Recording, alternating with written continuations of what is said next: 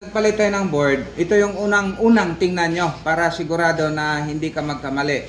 This is only for newbie, no? Sa mga master, relax lang. Ito, dito, papalitan kasi ito yung damage eh. So, ang damage nito, ayaw na magpalabas ito ng audio dito. Okay naman ang audio amplifier natin, kaya lang ayaw niyang magpalabas. In-adjust natin yung settings, ganun pa rin. Kaya no choice. So, palit tayo. Ito yung supply niya. Papunta doon sa panel voltage natin na 12 volts. So dito sa jumper niya, may nakalagay kasi dyan 12 volts at saka 5 volts. So nakaset siya ng 12. So ibig sabihin, pag nagpalit tayo ng board, dapat ang ilalabas din nito ay 12. So i-adjust natin yung jumper. Ito, tingnan nyo, nakita nyo yan. Naka-position din siya ng 12.